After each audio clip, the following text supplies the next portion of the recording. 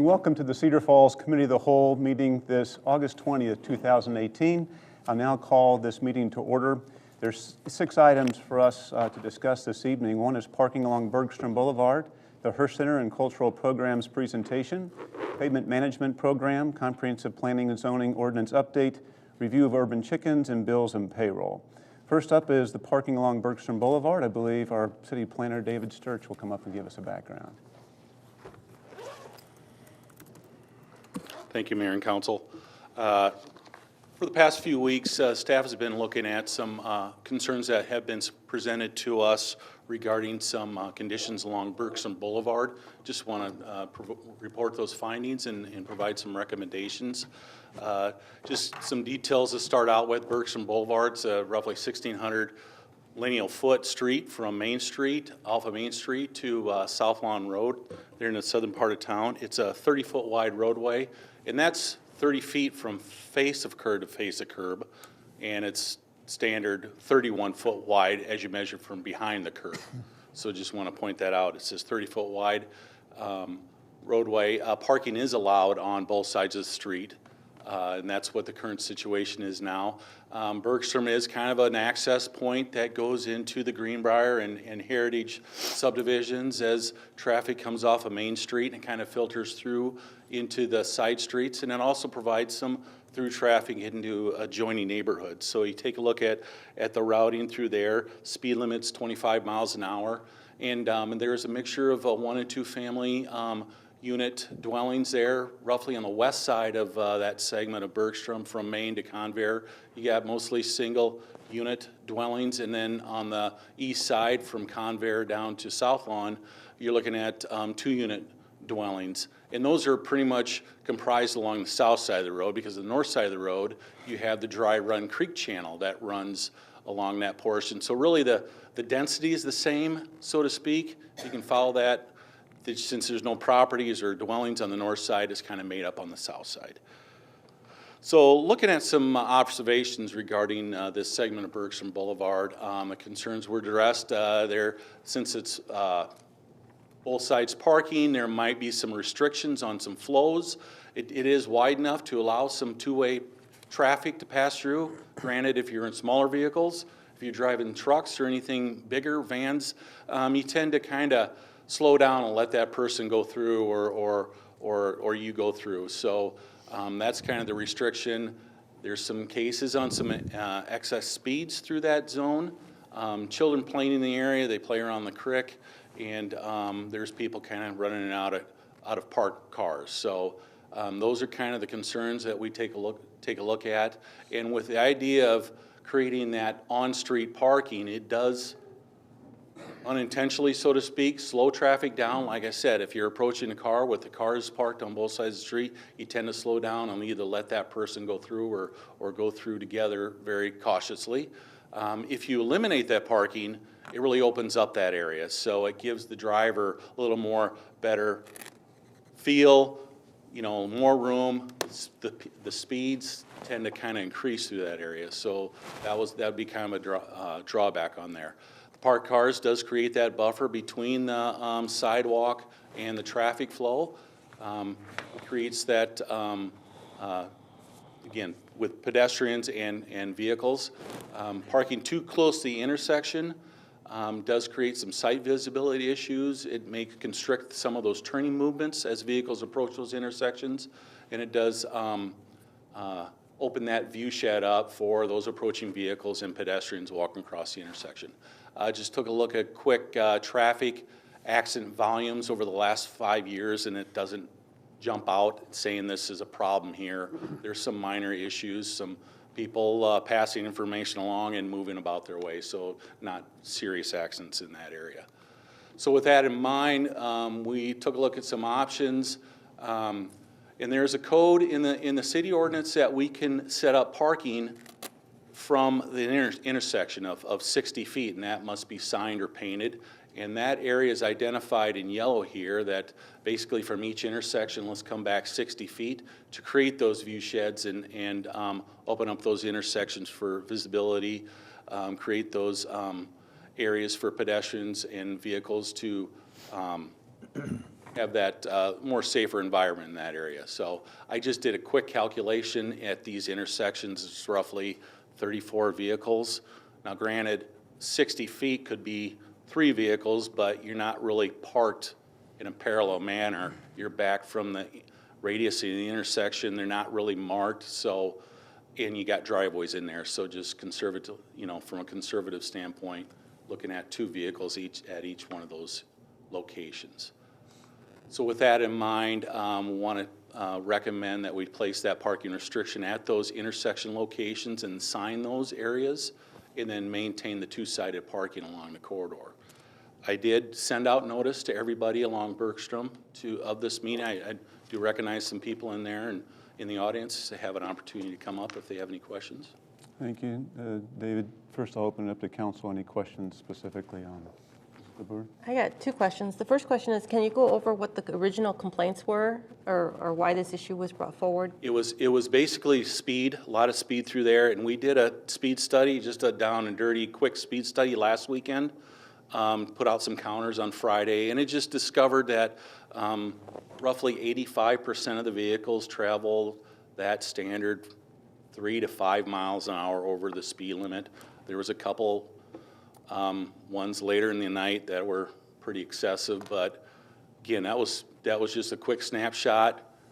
School hasn't started, so that could be a different variable as that happens. But it was speed, it was constriction, weaving through the traffic, and the kids kind of coming in and out of the vehicles. And the complaint was brought by people who live on that street? Those are concerns that came from those. And then the second question I had was, a few years ago, we set a policy that streets 32 and less would be one-sided street parking. And I'm curious why we chose not to, or why the staff recommendation wasn't to follow what our policy was. If it was 31 or less.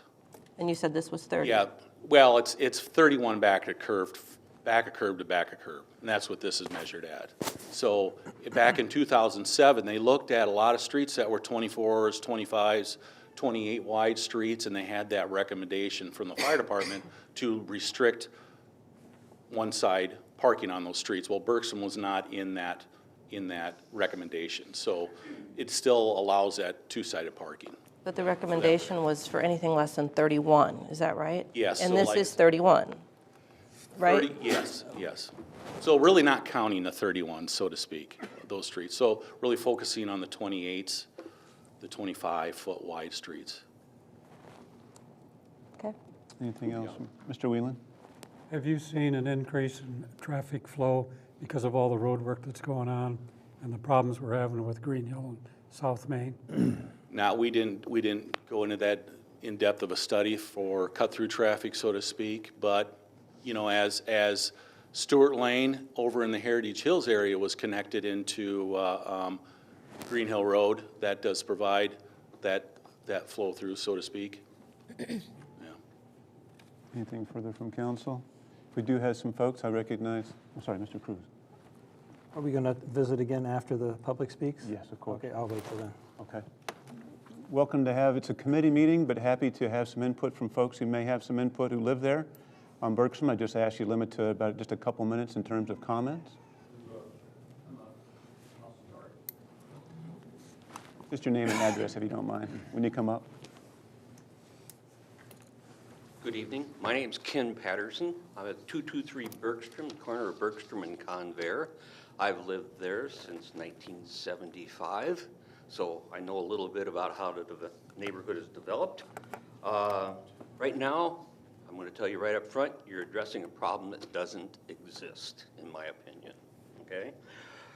The traffic is heavier now due to construction on 58, Main Street and University. I mean, it's a temporary problem. A year or two from now, when all this is done, traffic flow will go back to where it normally is. And yes, we have parking on both sides, and sometimes we've even been guilty of parking cars right across from each other, because on that curve, people tend to exceed the speed limit, and as much as we've tried, we cannot get it enforced very well. And we like to have kids. I am way past kids but I love grandkids, and I love kids in the neighborhood because it keeps the neighborhood young. And if you open that up, we're going to have speeders, and we're going to hurt another kid, and we don't want to do that. I don't have any issues with this. Even with parking on both sides, I can get my 40-foot motorhome with a trailer through there without any trouble and parked just fine. So, again, thank you for your time, but I don't think we have anything to address in my opinion. Thank you, Mr. Patterson. Appreciate it. A couple others. Next up. Mike?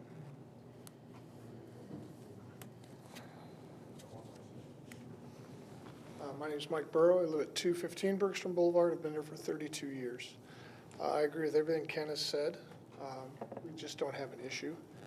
If we were to remove parking on one side or the other, we're going to have a racetrack from South Lawn to South Main. And it's pretty quick now as it is. We've had a lot of increased traffic flow because of Green Hill and Main Street. People are using Bergstrom as a cut through to either Stewart or up to Estate Drive. So we're picking up a lot of traffic that way. And if Green Hill and South Main is addressed, I think all the traffic problems will go away on Bergstrom.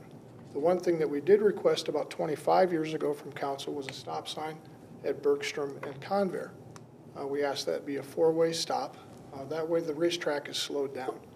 And we would still like to see that four-way stop put in place if we could, please. All right, thank you, Mike.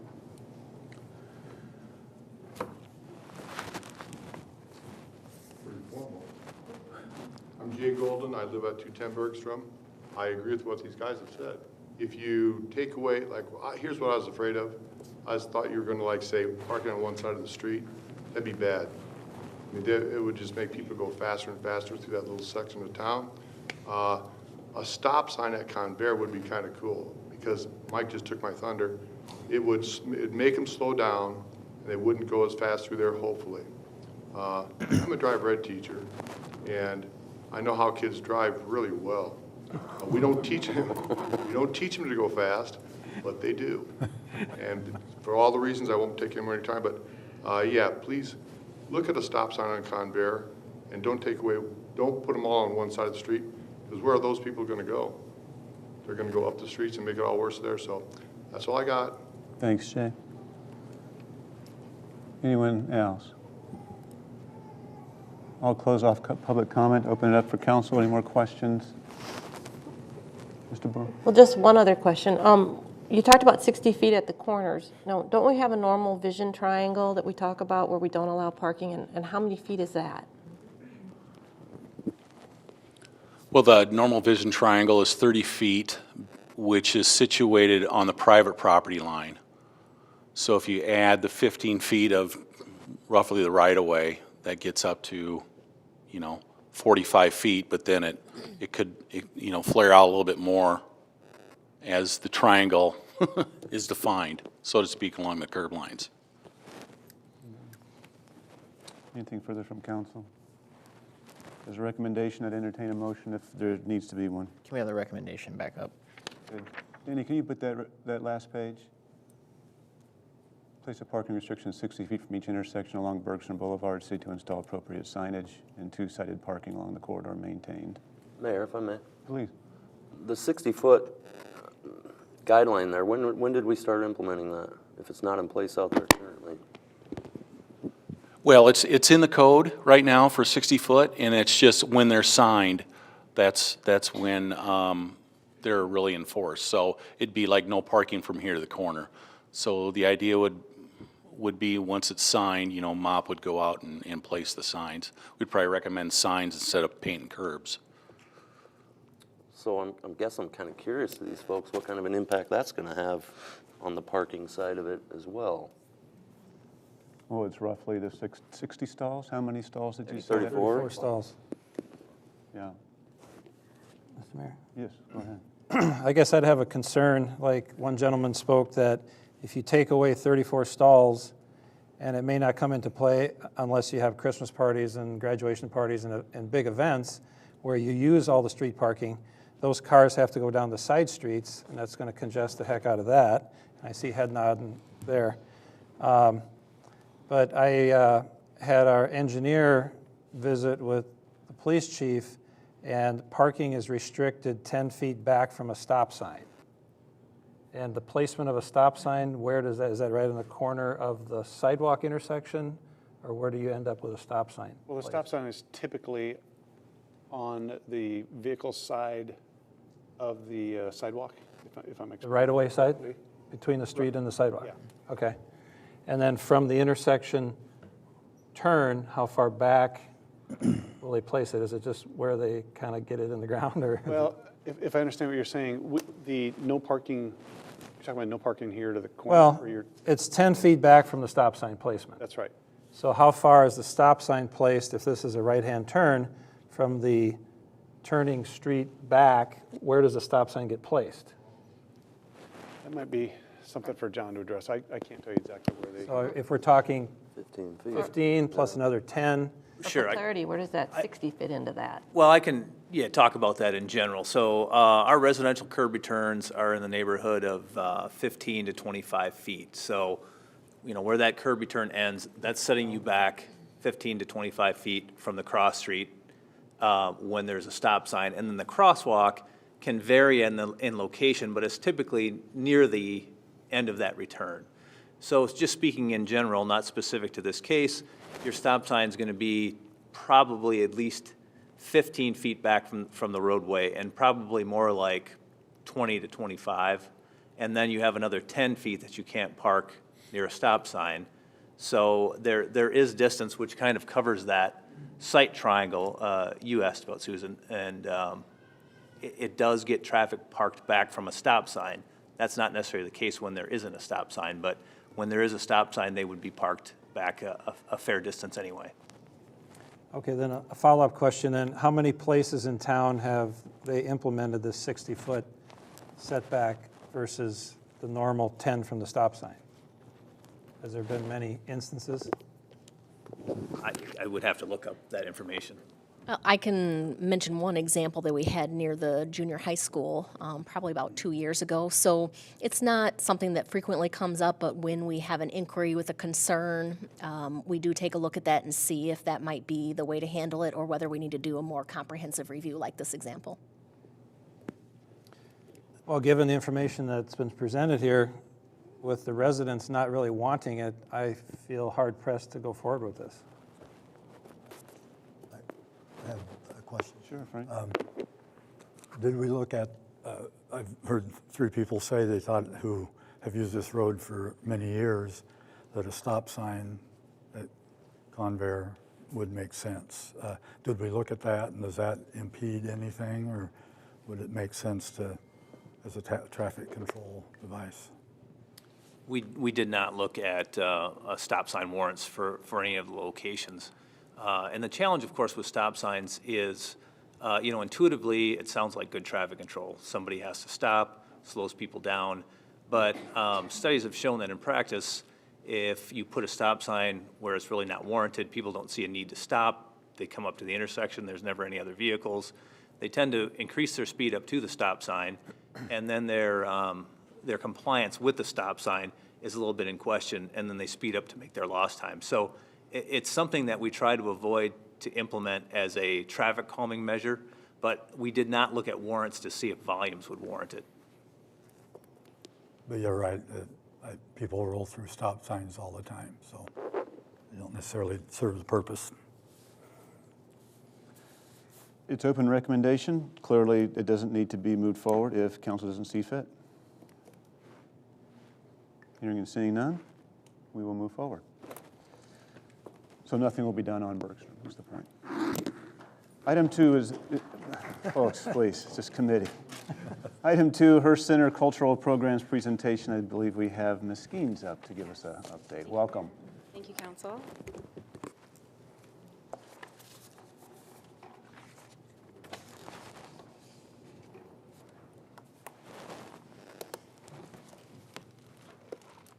All right, good evening.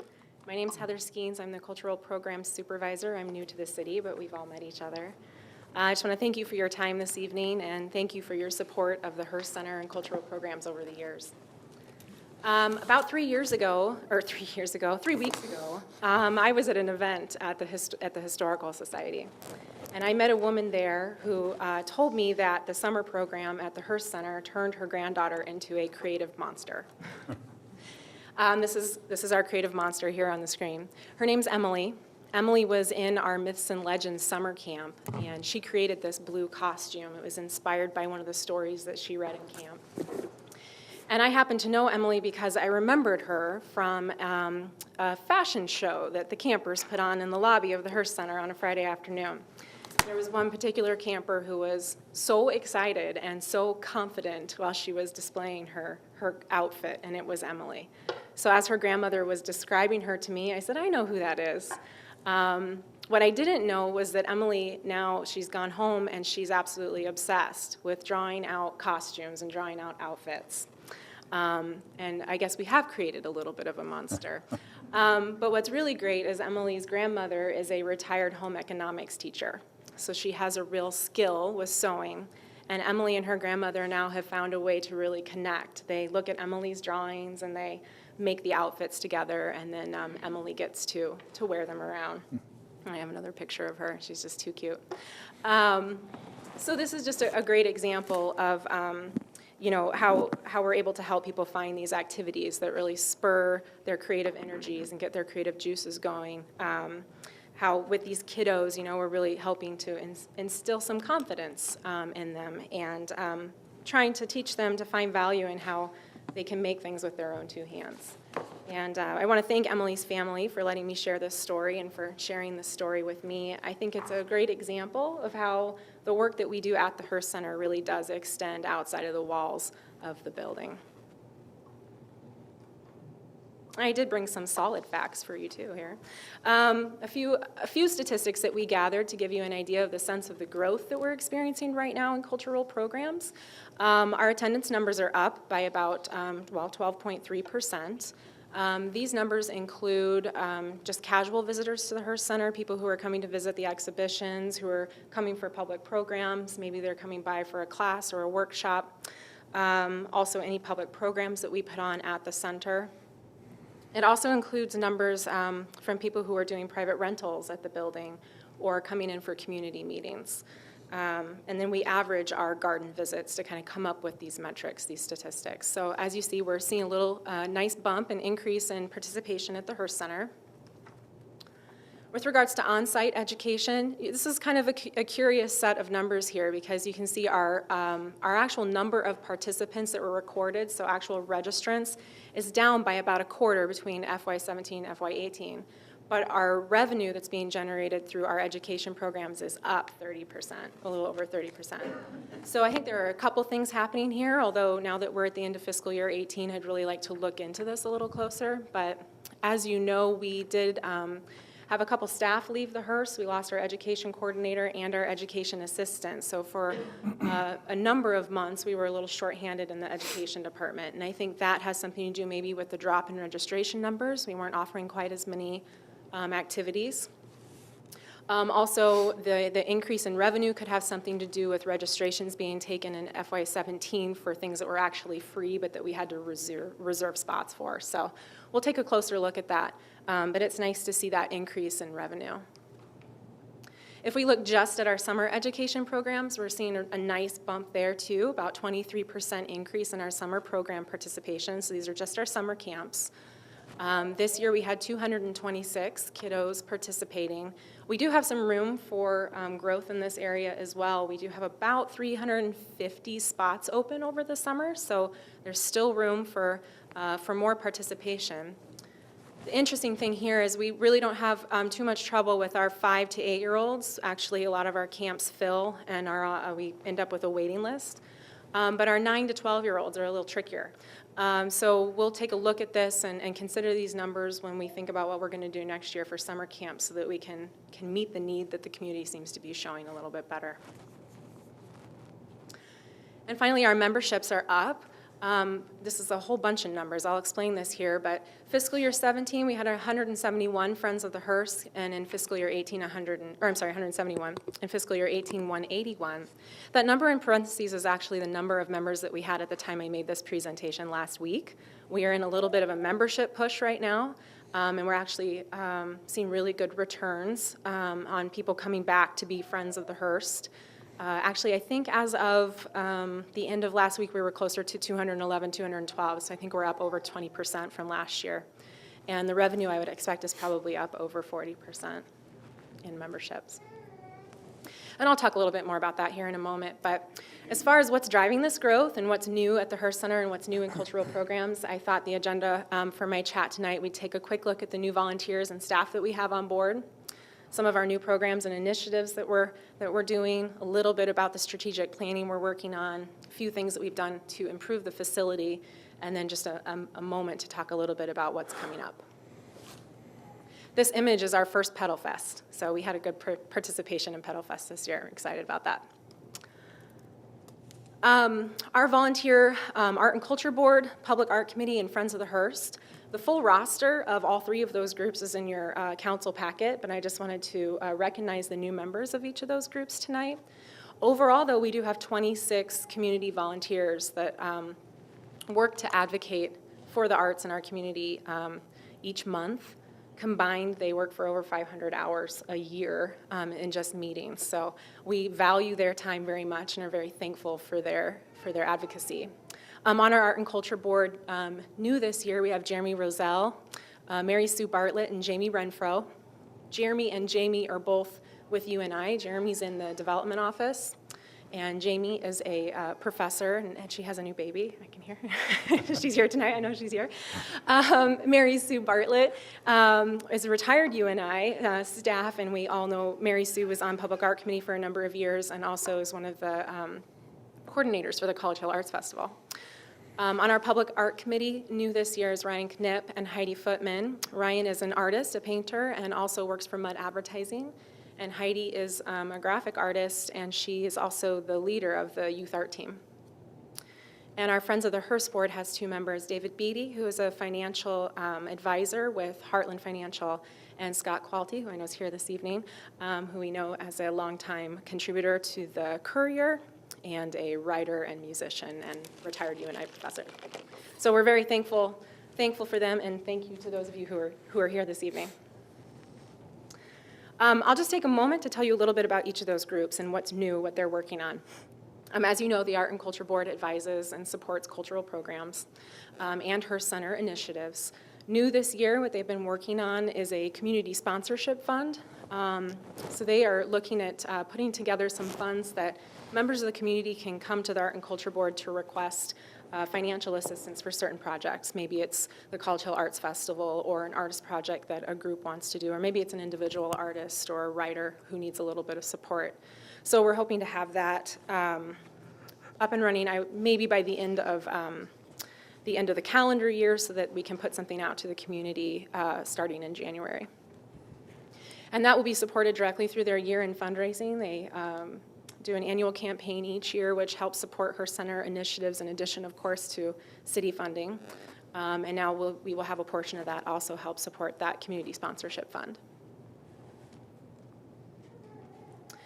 Our Public Art Committee, as you all know, was recognized with a Quality of Life Award this year, which was great to thank them for the work that they put into helping beautify the city. They're working on 3 projects right now. They are working on the plaza at 2nd and State Street, possible work there, a possible work in the roundabout at Prairie Parkway, and they are advising the Cruz family on a work in a memorial work for John Cruz. 3 things coming up. And lastly, Friends of the Hearst, which is our 501c3 that directly supports the Hearst Center. They support us on special projects when we make requests, as well as supporting us through our receptions. They do fund our annual K-12 show, which you're probably familiar with, Developing Expressions. It happens every year, artwork from Cedar Falls schools. And as I mentioned, they're really working on growing memberships right now.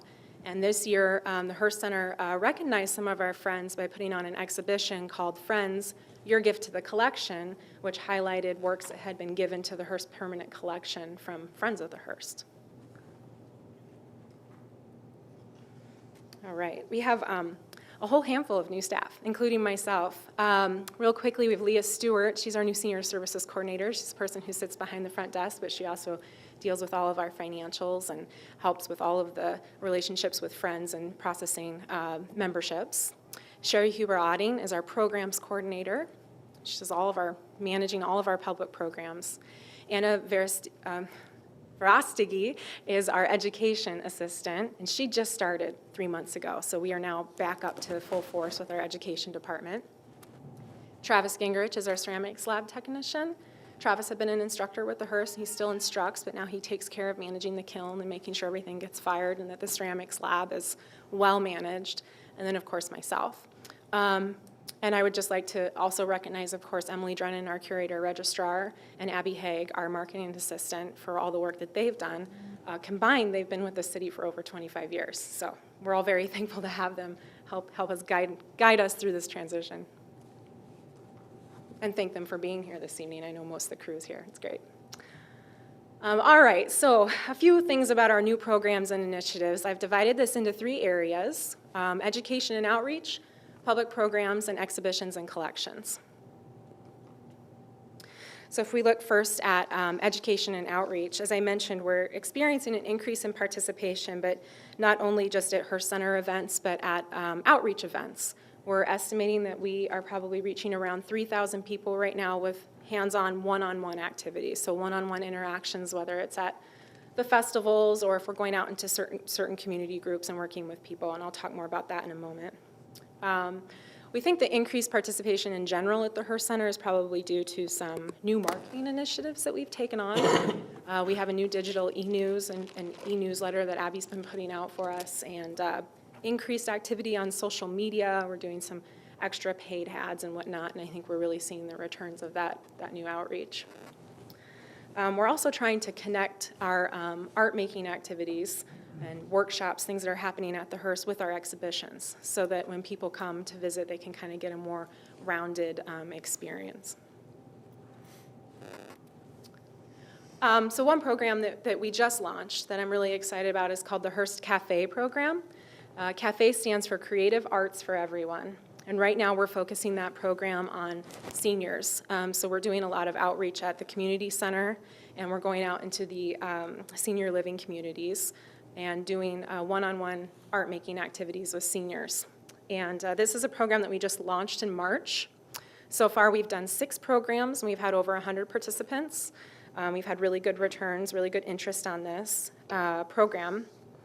We received a Teen Trust grant from the Community Foundation to help launch this in March.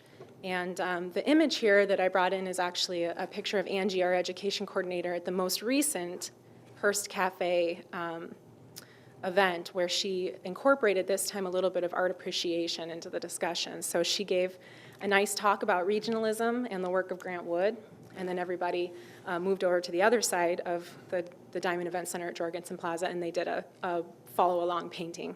So it was a really great event. I think there were over 45 people that participated that afternoon.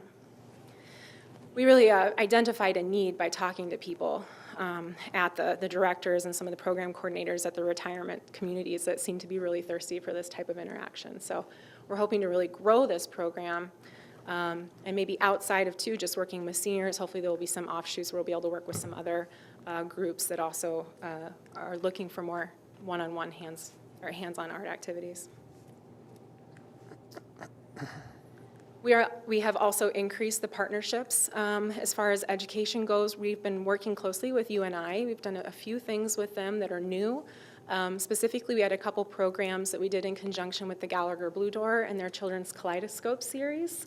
Fortunately, one had to be canceled due to weather, but the image here that I brought in is one of the participants who created a shadow mask in the lobby of the Gallagher Blue Door just before the show Feathers of Fire, which was a fantastic show, and it was all done with puppets. So they got to create their own puppet before the show and kind of understand how the show was produced by doing that. It's a really cool opportunity. Our education department's also working with Green Iowa AmeriCorps, the Humane Society, the Historical Society. Angie has people out at the farmers markets, at Barbecue Lou. We'll be at the College Hill Arts Festival, at Artapalooza, everywhere. So. And then we have some new initiatives. Sorry, I thought I flipped that. There's a few new things going on. I'm really excited. I just spoke actually with a group of teachers this morning from Cedar Falls schools about the possibility of a visiting artist each year, doing a visiting artist program through the Hearst Center. And they're really excited about that too. So we're going to work together and see if we can figure out a way to make that happen, to have an artist visit for a week and visit classrooms throughout Cedar Falls Elementaries and work on projects with the students. We're also reviewing other ideas from other institutions right now because we do have a hard time reaching the teens.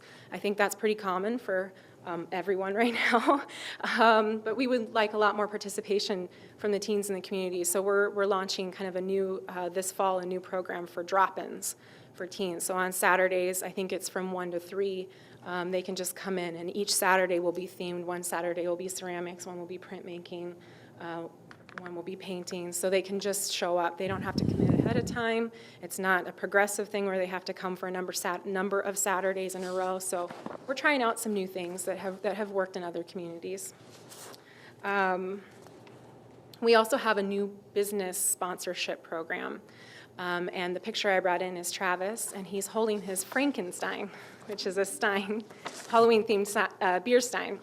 And we have a class that's actually being sponsored by the Brass Tap this year called Frankenstein's, and it meets 4 times. And the 4th time it meets, participants are invited over to the Brass Tap to try out their actual steins that they create in the ceramics lab, 21 and over, of course. So we're excited about these new ways to try and bring the business community in and get people involved in new ways at the Hearst.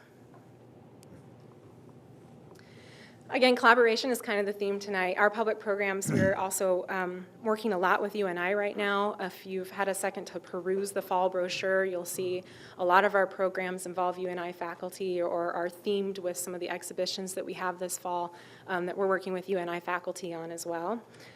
We also are working closely with the Rec Center to try and build a program for young parents so that they can come in and maybe do yoga in the gallery while the kids are downstairs making art, trying to find a way to make it easy for people to come in and use the facility. We've done a couple other small programs. One was a cooking class that was Japanese themed during one of our Japanese themed exhibitions, and doing a few things with the Historical Society. So just trying to continue to collaborate with other people in the community. We have some new experiences. New this year's Party on the Patio. It was really popular. We had one that got rained out, but the other 2 were great. So that's something new that Sherry's been working on. Pedal Fest was new for us this year. We had a good turnout for that. We've been doing open studios in the garden, so you can come by the garden on Sundays and paint or draw, and we're putting some little treats out in the garden for people who come by. And maybe you've caught a pop-up poetry reading around town this August. That's something new we're doing as well, just kind of spontaneous poetry readings in celebration of James Hearst's birthday. And then, of course, we have our popular favorites. These are people who have been doing programming at the Hearst for a long time and always fill the hall whenever we have a program, and that includes like the Songbook Trio and Readers Theater and Final Thursdays. This is Dr. Jim McLaughlin from the University of Northern Iowa with the Readers Series, which is very popular. And then, of course, the film screenings that we do on a regular basis. And we're really trying to kind of develop deeper engagements with our public programs. We heard back from the community.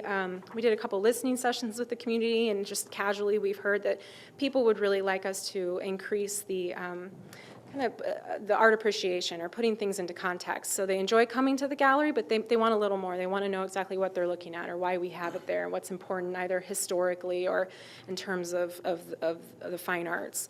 And so again, in our fall schedule, there are several events that help put the work that's on display in the galleries into context. This is just an example. We have a documentary filmmaker coming in, Rick Baer, who's doing a introduction and a screening of his film called The Ghost Army, which is about these inflatable tanks that artists created actually during World War II, and artillery, and it's all inflatable, it's all fake, and they'd line it up on the front to kind of fool the Germans into thinking that they had a stronger artillery than they really did. And that's kind of in conjunction with a show that we're working on with Roy Barron's called Dazzle Camouflage, or Assembly, the Work of Dazzle Camouflage, which is about camouflage in World War I. So it's a little bit of a jump to World War II, but it's related. So we're excited to be offering some new experiences. Quick side note, Rick is bringing an inflatable tank, and it will be out in the yard, so That's in October. Keep an eye out for that. Exhibitions and collections. Again, an expanded scope of what we're offering. We want to continue to offer a venue for local and regional artists and to celebrate and to explore what's going on in this area, alongside bringing in larger scale works of national or historic significance. So we're just continuing to try and build that as our exhibition theme. The first kind of major exhibition of the last year was the photographs of Dorothea Lange, who was a well-known 20th century documentary photographer. And that was an exhibition that we borrowed that was, I believe, it closed in November when I was brought on to staff, and it was very popular. And since then, we've had 2 additional borrowed shows of major works. And then in terms of collections, again, we think of our collection as a repository for the artistic heritage of Cedar Falls. And we're continuing to grow our permanent collection, continuing to look at artists who are working in the Cedar Valley, there's this regional area, and make sure that our collection represents them. So our most recent acquisition was 2 drawings, 2 charcoal drawings by Barbara Fettler, who's a Cedar Falls artist, but she's a professor of art as well up at Wartburg at UNI, and she makes these amazing landscape drawings. This piece up here is actually 4 feet, 4 feet long, and it's really something. So this will be part of an exhibition coming up of works from the permanent collection, new acquisitions. And again, we have 2 of those now. She didn't have anything in our collection, so she was one of those artists that we identified as someone we would like to have work by. All right, moving down the agenda. Strategic roadmap. The Art and Culture Board had the annual strategic planning session when we reviewed and updated the goals and priorities that were set out by the Art and Culture Board and Public Art Committee, Friends of the Hearst, and the staff. In addition to that strategic planning, I had applied for a grant early in the year from the Iowa Arts Council to participate in a program called Arts Lab, and it's offered through Arts Midwest. And what it is it's a cohort of art organizations from across the state that come together in April. And we met and worked through our strategic plans and identified weaknesses and strengths. We talked about identifying new stakeholders, taking all of our programs and figuring out what really we should be focusing on and trying to align that with our mission. It's been a really great experience. Kim Manning and I went in April, and it was a 3-day retreat, and then each month we do an hour workshop, and then we'll meet again in October to close that up. So I'm looking forward to having a document that really reflects that work as well as the work of the Art and Culture Board moving forward. And then finally, we are gathering the visioning committee. Right now, as you know, there is a feasibility study for the Hearst Center in the CIP for fiscal year 19, and we are putting together a group of folks to take a look at what the next 30 years for the Hearst might hold. We've been in place for 30 years as of 2019, and it's time to start thinking again about that renovation or expansion project, or if a new location would be a good option. So we have a group of people that I almost have them together. A few more people I need to get commitments from. But then we'll talk about scheduling some focus groups, bringing in some guest speakers, people who've been involved in those plans in the past, people from other organizations that have been through this process before. We'll hold some listening sessions with the community, and then hopefully be able to make a recommendation to council to move forward with a consultant to do the feasibility study for us in fiscal year 19. All right, just a couple notes on facility updates. The Adams Biocell is finished. I'm sure it's full of water right now, which is great. That takes all of our stormwater runoff and filters it in a green way, and then puts it back into Dry Run Creek, nice clean water. It took care of a lot of problems for us with flooding of the parking lot. That was grant funded, and then also funded with memorial donations from the Adams family, from Fred and Amy Adams. And we will be holding a dedication ceremony with the Adams family here in a couple weeks. We are also looking at some repairs to the fascia on the exterior of the building. We've done a few things in McElroy Classroom, a new sink and countertop. We have a new mural, which is exciting. The staircase to the lower level was just kind of drab, so we're working on just doing some interior brightening. The lobby going through the front doors, that breezeway, we've kind of changed that up a little bit and brightened it as well. Our van has a new wrap, which is great. And we are hoping, I hope by January, to have the new website up, so kind of a virtual facelift as well. And then finally, looking forward, I gave you each a fall brochure. Some of you might already have one, I'm sure, but we have a lot going on this fall. I think we are really pushing the limits of what we're capable of doing right now, but we're really excited about it. And I wanted to make a quick plug, of course, for Councilman Whelan's exhibition, which opens this Thursday, Thursday from 5:30 to 7, we'll have an opening reception for Dave's photographs. We're really looking forward to that. And if you have any questions. Thank you, Heather. Great job. It's great to see your staff here and longtime supporters also in attendance. I'll open it up for council to ask questions or make comments. Dave, obviously, you should be up making a comment. I would just like to invite all the people of Cedar Falls to come and experience the Hearst Center for the Arts. It's a wonderful place. I was surprised they asked me to do it, but I know Jim Kearns, and 2 years ago he says, hey, it'd be kind of nice if you got your display there. And I had displayed some of these images at John Deere in the lobby one year. So the images I call fire and ice. There are historic events throughout Waterloo and of course, the World Trade Centers. I've got a series of images of the Walker Shoe Store fire in Waterloo. In fact, there are 3 versions of that image that you get to look at. You get to choose which one you like the best. That's because I know Photoshop. One of them has Christmas decorations in it, and that was the original image. The others, midnight, 2 months after the World Trade Centers went down, my wife and I took a subway and got within 2 blocks of the Trade Center and took a camera with very high-speed black and white film and went out to do images of the Trade Center. And after the policeman went for a coffee break, I was able to get close. So please do come and enjoy them. Mr. Green? Ms. Skeens, you mentioned listening sessions that you had conducted over the last few months. Is that available as a report, or do you have that accessible? I'd be happy to share that with you. I did write up the responses that we had from the community and shared that with our board. But yeah, I'd absolutely be happy to share that with you as well. And I'm hoping to do between 2 and 4 more before the end of the fiscal year. Okay, thank you. They were in the lobby of the library. Thank you very much. Great, thank you. Done. Thank you. Thanks for your time. Appreciate it.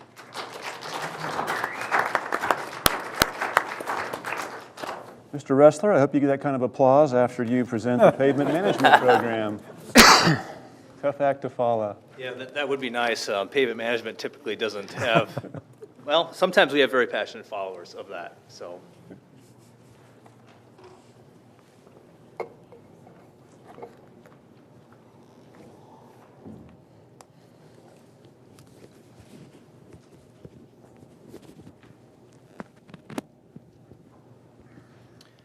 So thank you, Mayor Brown and members of the council. Tonight, I'm going to talk a little bit about our pavement management program.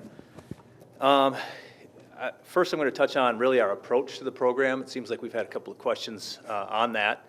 And then also want to talk about our planned projects for 2019.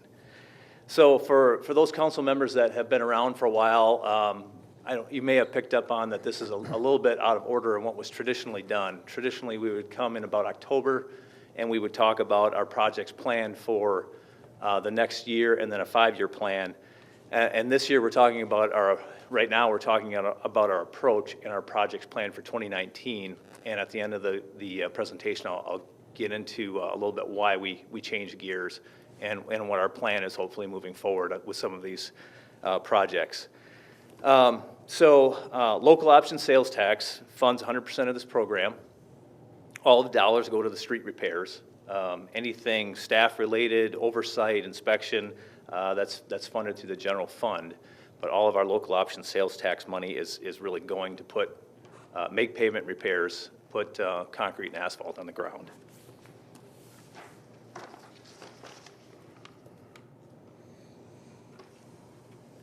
So our pavement management program is really divided into 2 areas. We have reconstruction and restoration. Think of reconstruction as just a major rework to the street. It's really taking it completely out and putting it back.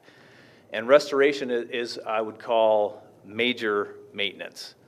The reconstruction is intended to extend the life of the pavement about 30 years.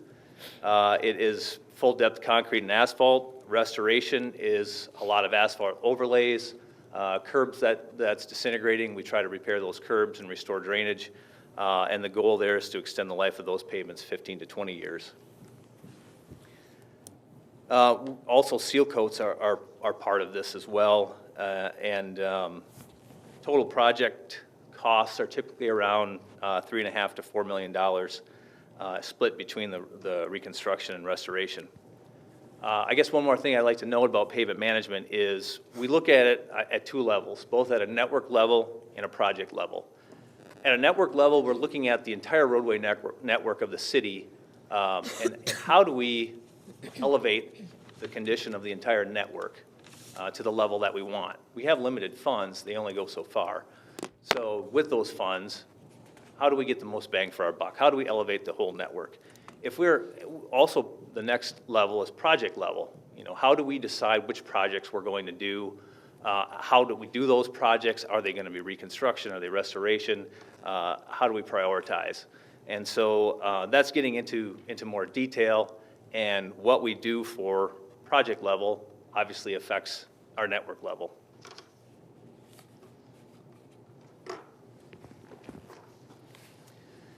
So getting into a little bit of our methodology, really kind of on more on a project level, is every year we examine all of the streets in the city with what I would call windshield surveys.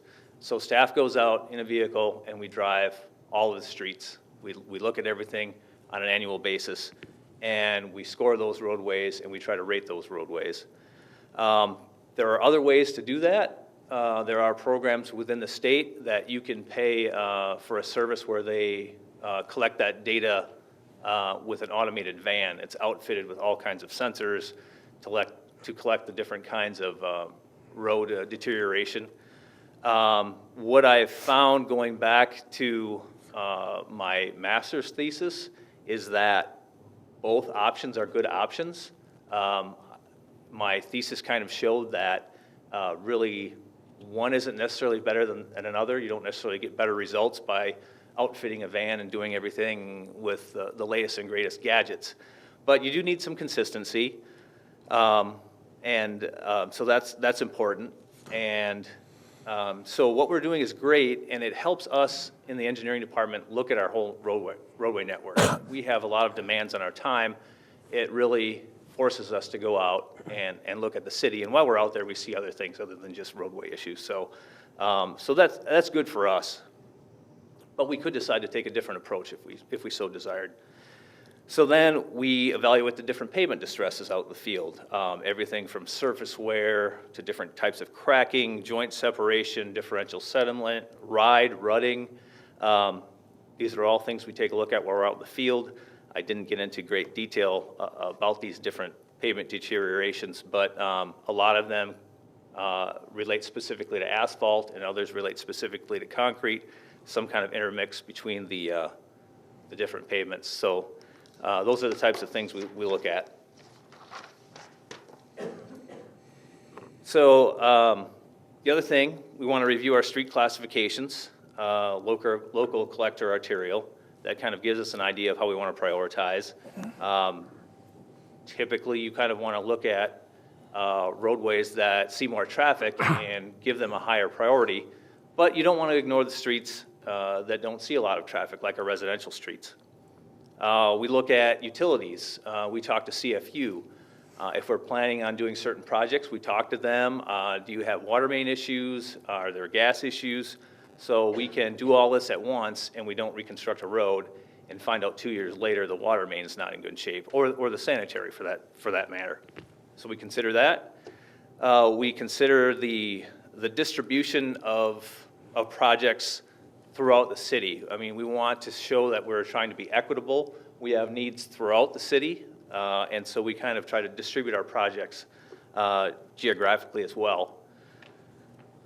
We look at traffic flow patterns and volumes. The volumes kind of relate back to street classification, but as far as flow patterns, we do try to look at all of our projects and make a determination of how much we're inconveniencing the public. If we have a major street construction on University, you know, we have done work on Main, but that's because it's a necessity, but we've limited the amount of work we're doing on Main to be of short duration.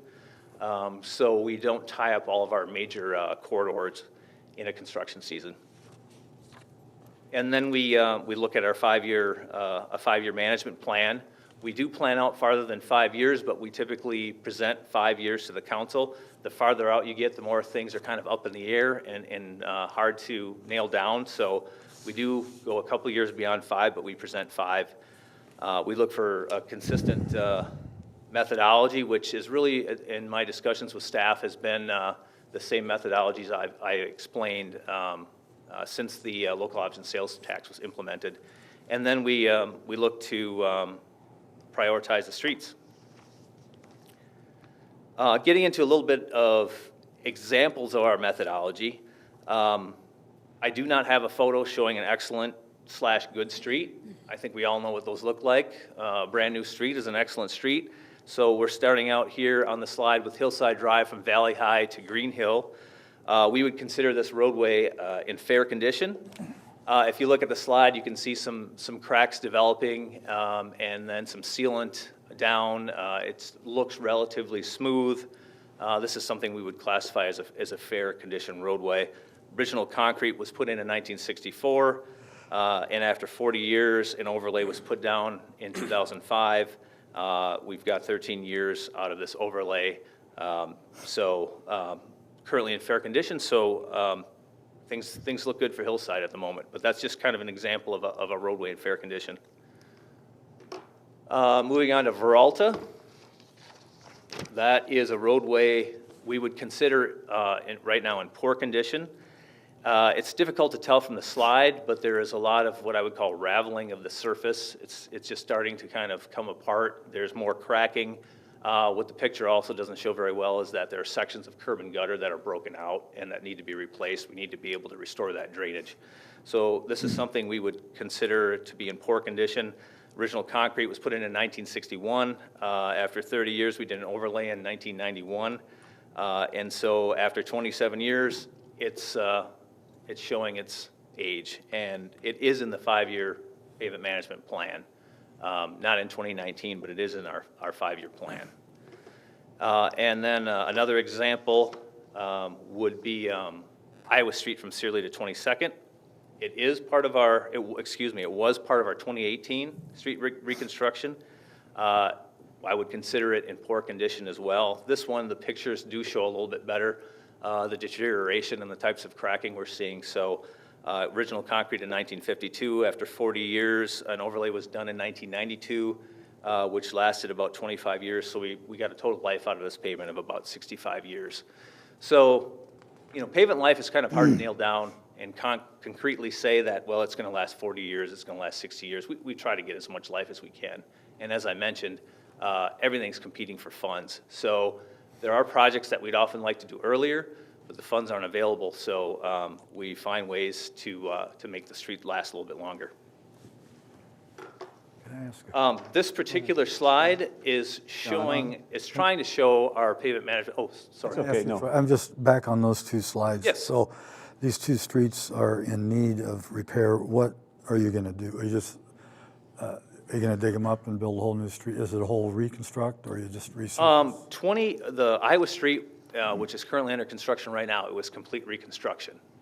I would have to go back and look at our 5-year plan for Veralta. Being that it's in poor condition, I'm not sure there might be some restoration, but as old as it is, it's probably complete reconstruction as well. Sorry. Nope, that's okay. Sorry. So our pavement management program for 2019. This graphic is really intended to show not anything in great detail, but the colors show where projects are going on. It was included in your packet. It was a little bit easier to read in your packet than on a slide, but they're distributed throughout the community.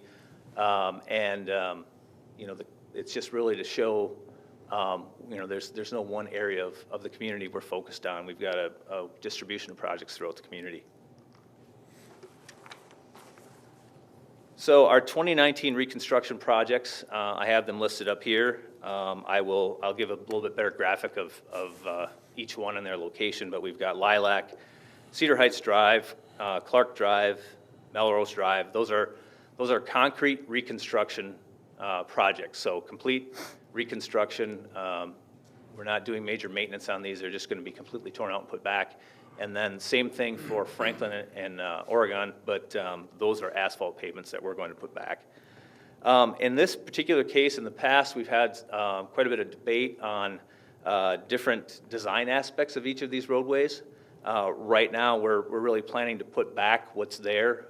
We look through our complete streets checklist, we look at our bike plan, and based on that checklist and the bike plan, the only thing that really comes up is installing shared bike lanes on Cedar Heights Drive. That is part of the bike plan, but we didn't see any parking issues. We're not aware of any. We're not going to widen the pavement. We're not going to narrow the pavement. It's really going back for the most part the way it is, other than adding shared lane markings on Cedar Heights Drive, which again just follows the 2015 bike plan. So again, 4 full-depth concrete reconstructions approximately cost $2 million, and then 2 full-depth asphalt reconstruction, and we estimate that at $650,000. Again, any water main work that's needed on these streets will be paid for by CFU. John, Yes. those numbers you gave, is that per block, or is that just the total dollar amount allocated? That's a total dollar amount we anticipate. It's not per block. I'll get into these. Some cover multiple blocks. Okay. And I've got some graphics that kind of show the extent of each roadway a little bit better. So here you have Lilac Lane, and that's from Carlton to McLean. So looks to be maybe two to three blocks in there. And that is, again, that's concrete, complete reconstruction. I have, next we show Cedar Heights Drive from Rainbow to Pleasant. This is where we would add the shared markings for the bicycles. And it is, again, complete reconstruction. Do we do any sidewalk work with these? We certainly will look at sidewalks. I can't speak specifically to that.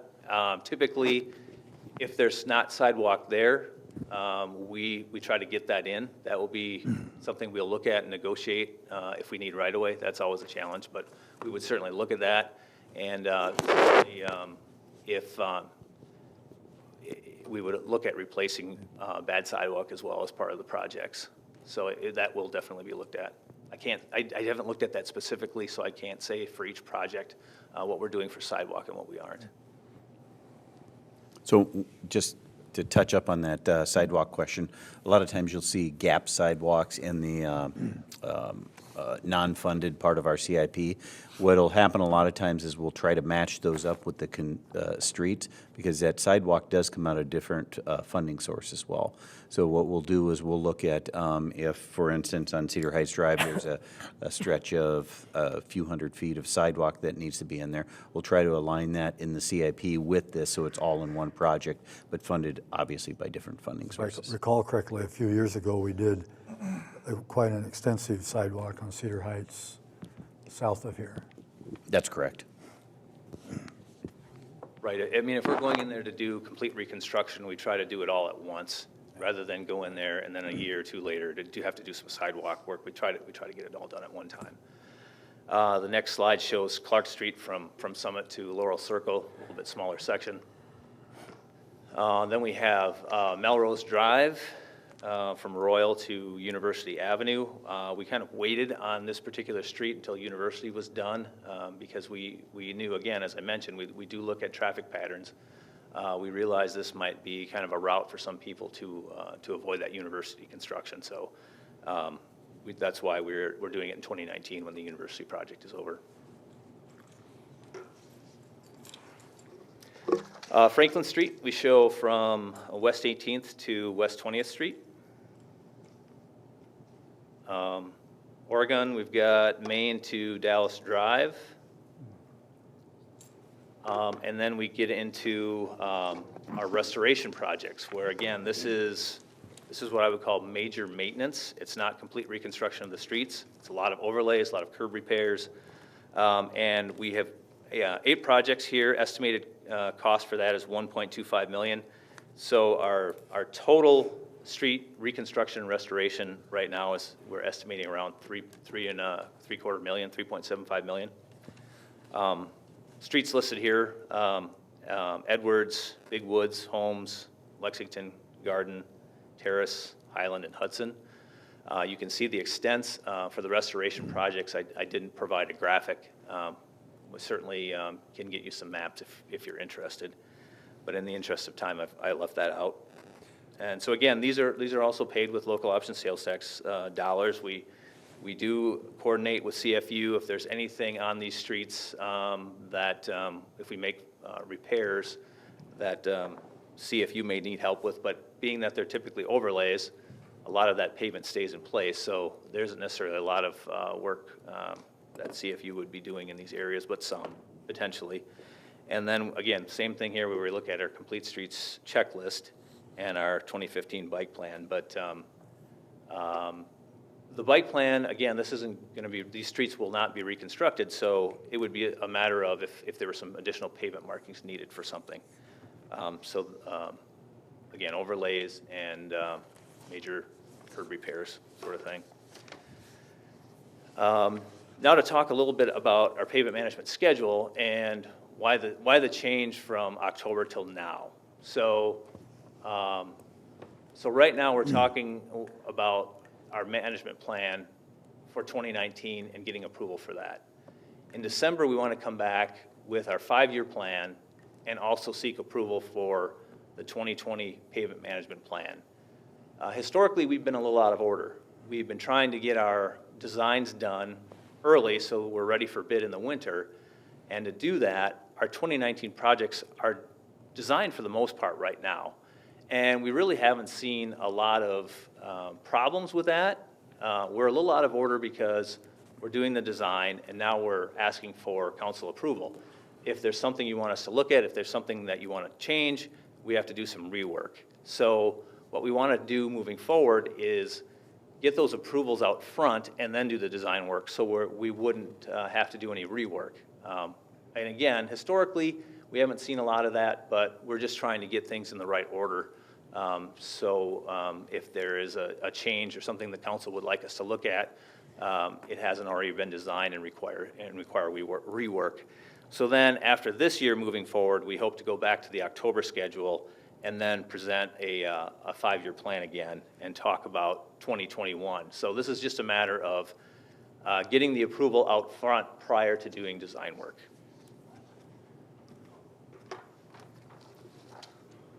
So what we're looking for tonight is to basically approval to continue with the methodology for our pavement management program and our street selection, and then approve the 2019 pavement management plan to move forward with design. Thanks, John. Open up to council for questions or comments. I'm not sure if anyone here from the public came for the street management, but if there's a motion to approve recommendation, certainly entertain that. Make the motion. Second? Motion second. Again, any further discussion by council? Mr. Mayor, I'm just curious, is there anything that's really controversial about this, or has this been an issue in the past to not move forward with the kind of current plan we have? No. Okay. Mr. Mayor? Yes.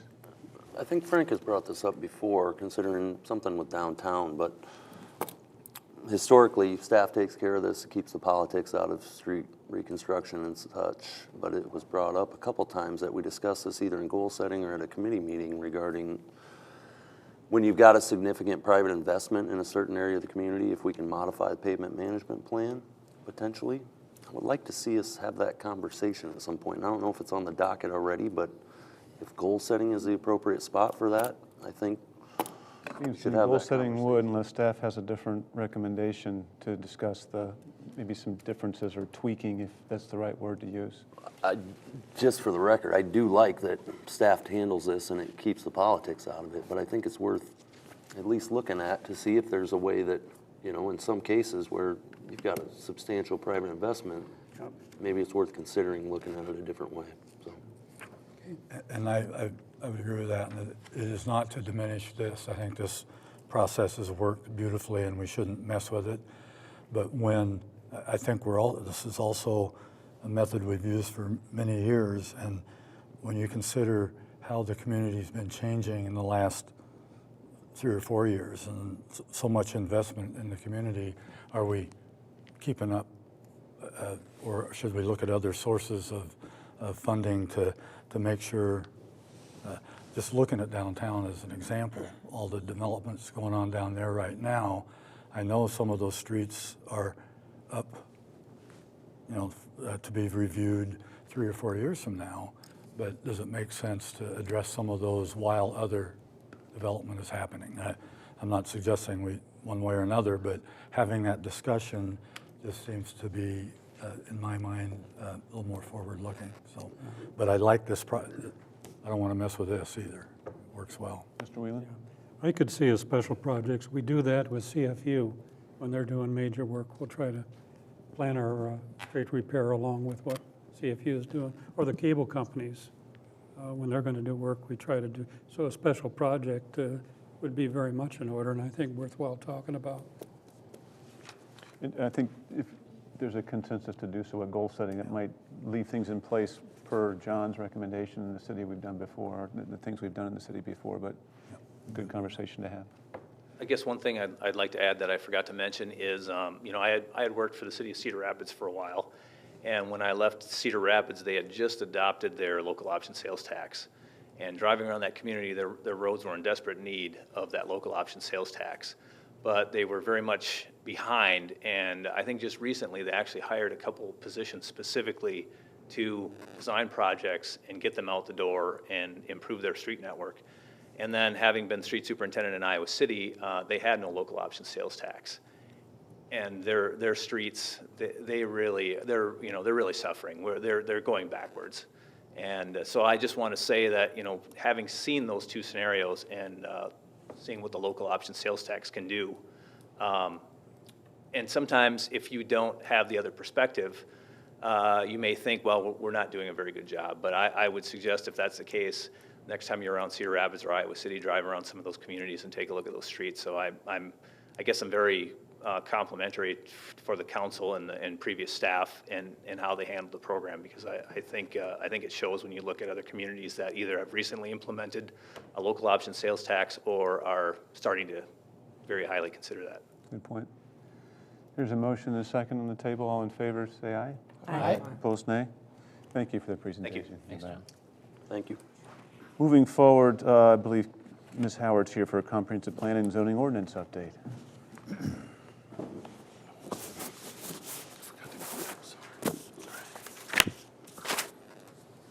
Good evening. We've met a couple times over the last few months to talk at work sessions about updating our zoning code and our comprehensive plan. Oops. Go on here with the right slides. A different program.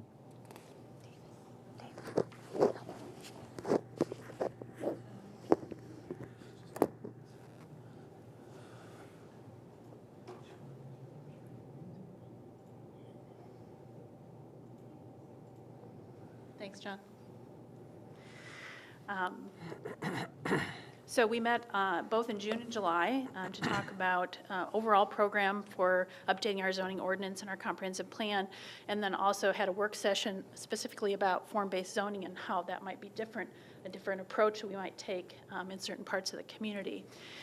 We do have in our CAP projects planned for both a major zoning ordinance rework and an update to our comprehensive plan.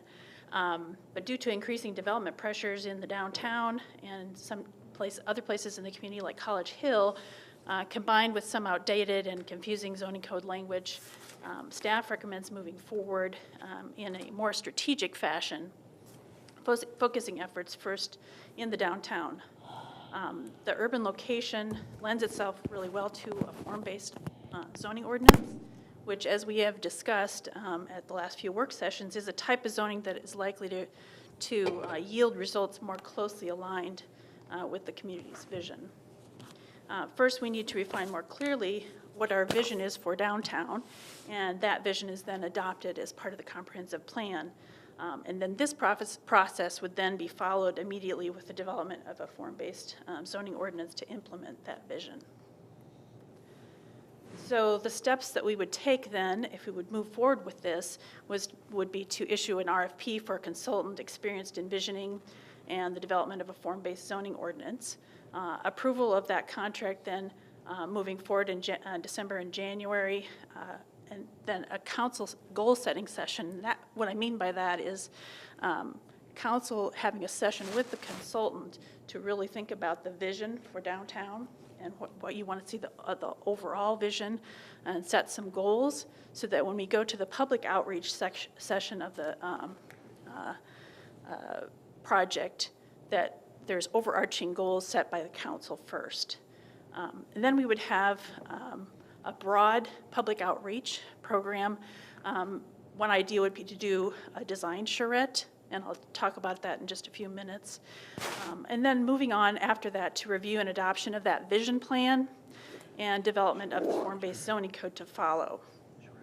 There would, of course, be the same review by the public, P&Z, and council, and adoption of the new code. And the goal would be to have that adopted then by February of 2020. And then with that project, we would consider moving on to the next area of the community and assess the process that we've used and see if that's a good process, and we want to move that forward to the next area. And one idea that we have discussed is moving forward with College Hill. Now, we are coordinating this with the parking study. We have an RFP out. I think proposals are due at the end of this week, and we're hoping to wrap that up by January or February, so that will feed well into and coordinate well with this zoning code update for downtown. And we can use that as background information for the visioning. Now, I mentioned design charrette, and I don't know if people are familiar with what that is. It's a process for public outreach and really gathering public input in a very concentrated and intensive way. So it's a 4 to 5 day process. It builds a lot of interest in the community. It provides a lot of opportunity for people to come at any different times of the day, so it fits different people's schedules. And it provides a really intensive and builds a lot of energy in the community. So basically, the consultant would bring a design team and set up in a room in the city hall, and they'd have meetings and meet with stakeholders and have a whole process where they would invite the community to come in. And then every evening they'd give a presentation about their work that they'd done for the day, and by the end of the charrette then they have basically the vision plan, a draft of that available. So it's a very condensed process, but does create a lot of energy and keeps things moving forward in a really exciting way. So following the adoption then of the vision plan, there would be an adoption of a form-based zoning code to implement that vision. And that vision is then translated into a regulating plan, which then becomes the zoning map for downtown. And as we've discussed before, that form-based code has a lot of the same elements as a typical code, but it's organized a little bit differently. These are the elements on the screen of what would be included in a form-based zoning ordinance.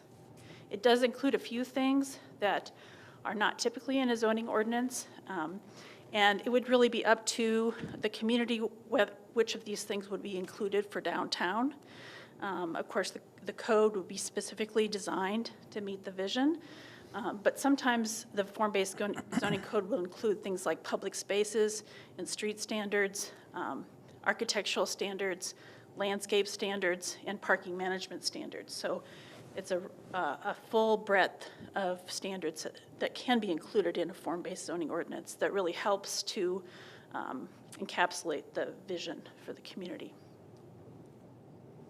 So with that, staff requests approval from council to move forward to draft an RFP for consultant services, to develop a vision plan for downtown, and draft a form-based zoning code to implement that vision, with an option to extend those same services then to develop a vision for College Hill and/or other areas of the community as directed by council in the future.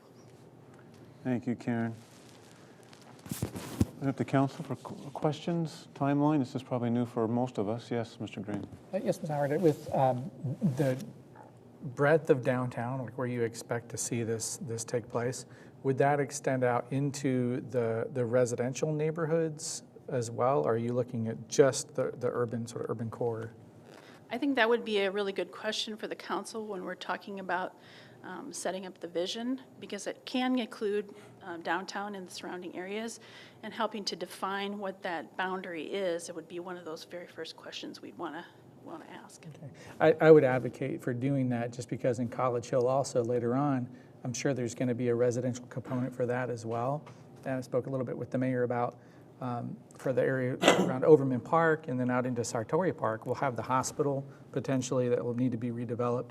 And that might be a great model to say, this is what works for this part of Cedar Falls and potentially would work well for College Hill as well. So just something to keep in mind. It doesn't have to be just the downtown. It would fit in well with the broad, or the T, was it the T1, like further on out, not just that T6 areas. Yeah, I can tell that you've studied the transect already, so you're well on your way to understanding form-based code. Mr. Miller. Well, I agree with Rob on that. I think, and I guess that was one of the things I'm wondering about here, is we've been talking about a zoning overhaul for a number of years, and I don't know what kind of time frame that takes, but we're into 2020 here potentially before we get to another area. So I think every bit of each of those transects that we can incorporate is only going to benefit us down the road if council accepts this and we move towards form-based zoning throughout the community or just in certain areas. But I think the more of that we can include in downtown or in something along these lines would be beneficial. So. Mr. Cruz? I like what has been said here in that regard. What about College Square and University Corridor with the change of the roundabouts and the retail environment changing? I think that would be an area that we'd want to bring up the list a little higher possibly, or at the same time we do downtown. If it's retail, do both at the same time. To be determined. Yeah, I think Yeah. To be determined. All good questions to bring up, and I think good ways of looking at it going forward. Ron, did you have something? Yeah, I think the reason we targeted the downtown area and the College Hill area is it seems to be those are the most challenging as projects have come forward lately. And we continue to get a lot of pressure for big projects in the downtown area and also in the College Hill area. I think Karen's had several developers come to her here recently just with a number of those projects again. So that's really why we chose those areas to come forward. I mean, we start talking about the C3 zoning, and is it the primary use or the secondary use and all of those things. What we'd like to do is clarify all of that with the new zoning. So that's why we targeted those particular areas. Mr. Brewer? Just a quick question. Since you've been kind of pushing this form-based, are you not going to proceed with clarification on current zoning on problem areas? Has that been forgone?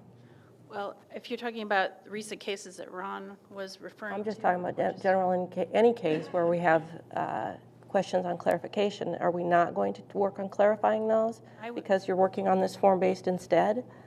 And I would say that there are probably some strategic areas that we could look at, some interim measures in the zoning ordinance, some code amendments that might help things move forward while you're developing this, because it does take a while to do a zoning code update. And I think you're right. There may be some cases where we need to do that. But has there not been any work done so far on making any clarifications? Well, there's nothing we're talking about one or two amendments that we're considering right now with regard to some of the confusing language in the C3 zoning districts that's created a lot of problems and confusion. So we're looking at doing some code amendments perhaps there. But if there's other amendments that we need to be looking at, we're certainly open to looking at those in the interim. I'd like to answer that just a little bit more. We also, a couple months ago, were looking at the College Hill overlay area and some clarifications there, which we plan to pick that discussion back up with the Planning and Zoning Commission and talk with them. So I think there will be cases where we will need to do some updating to codes that we have in place We're not just going to go down one path and that's the only thing that we focus on. We'll continue in our current pattern of making updates where we need to. Mr. Whelan, do you have a statement? Mr. Whelan? Thank you. I think the C3 zoning is one that's very confusing to developers coming here. They come in for proposals, and we as a council and P&Z is split on their view of what's good and what isn't. And I think we need to get that resolved before 2 years is up, or maybe a first step of form-based zoning. But to leave developers hanging for 2 years might discourage them from doing business here because they don't know what to expect when they come to council. And it should be clear. I see form-based as solving that problem, but can we wait 2 years, or is there something we can do with C3 immediately so it's clear to developers when they come in what C3 means? Yes, I think you're correct, and I think that's what Stephanie was referring to, is that we are considering some amendments, both to the College Hill overlay and maybe also to downtown, to clarify some of the outdated language, some of the confusing language that has created some problems, Okay, both for the community and for developers as well. thank you. Does anybody know what's in CIP for the zoning overhaul as far as funding goes? I guess I'm wondering, much to Dave's point there, is if we're into 2020 with just looking at one part of the community, do we look at having a consultant take over the zoning overhaul and help us work through that? Or is the funding not there? And that may be a question for goal setting on this topic down the road. But Yeah, I can't quote off the amounts, but I can look them up and then I could give that to council a little bit later here. But we were looking to do some specific areas for 2 reasons. For the cost, part of that is to see how that goes, but then see how implementation goes as well and see if that's something that we want to continue in the rest of the community if we think that it's working well in specific areas. So while I know we're excited about wanting to address a lot of different areas, and we certainly know that there are other areas of our community that we'll see redevelopment happening, that we hope to encourage that. We thought, well, we'll start maybe cautiously at first, if you will, and see how it goes in one area, and if we're satisfied, then continue that on. And having the community be familiar with the process might help it move just a little bit faster for other areas. thank you.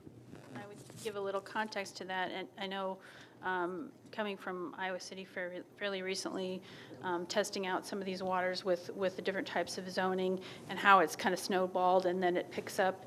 And I think you can build off of things that you've already done. So I don't think, the first project might take a while, and it takes a while for everybody to get their head around a new type of zoning.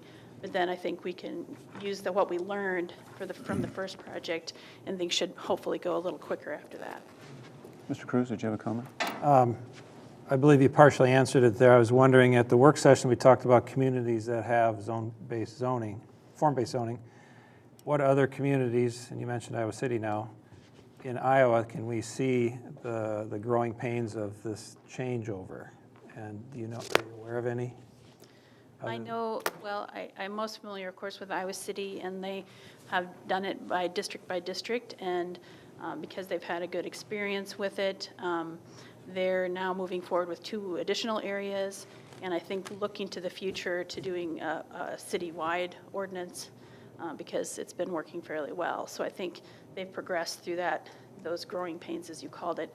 Mm-hmm. I know Cedar Rapids was looking at some form-based zoning. I'm not familiar with other communities that are looking at that, but it is kind of a trend. Very good. Thank you very much. There's a motion second to approve the recommendation. All those in favor say aye. Aye. Aye. Opposed, nay. Nay. Thank you. Thank you, Karen. Appreciate it. Thanks, Karen. Mr. Mayor? Yes. Before moving to the next session, would it be possible to take a 2-minute recess? Or 2-minute recess as needed? Sure, absolutely. We'll do a 2-minute recess, and then we'll let Denny know and turn the cameras off, take a 2-minute recess. Thank you, sir. Absolutely.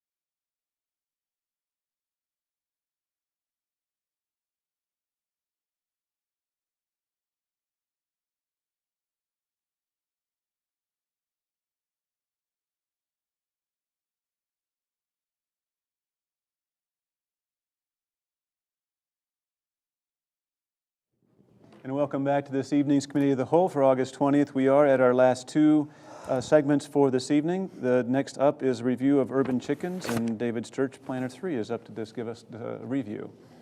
Thank you. Urban Chickens 2018.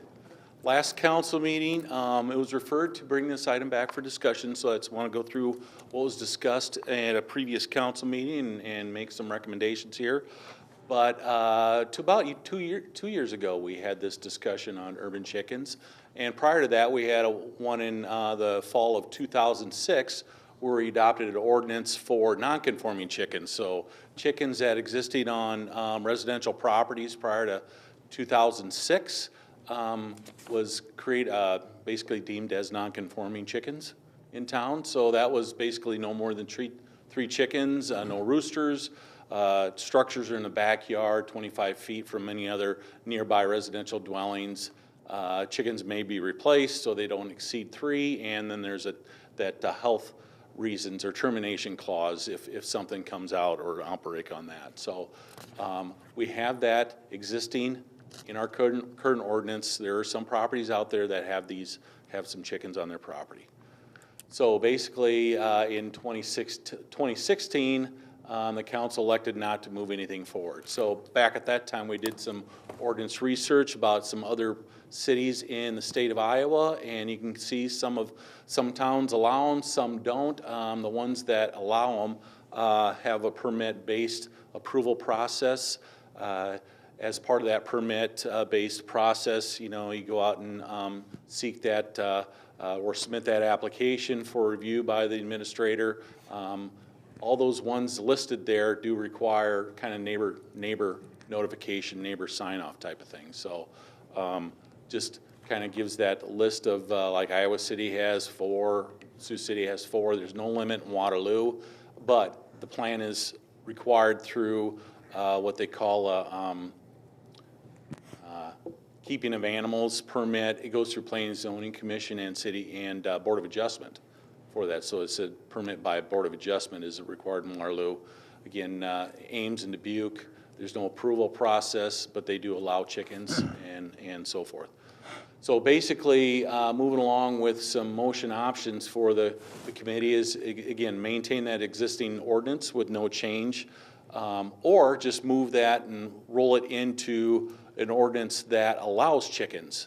So take away that non-conforming use status and create a new ordinance with those same parameters, again, with 3 chickens, hens only, totally enclosed structure with a 25-foot separation from any, and that's neighboring properties and not the house where the pin is at.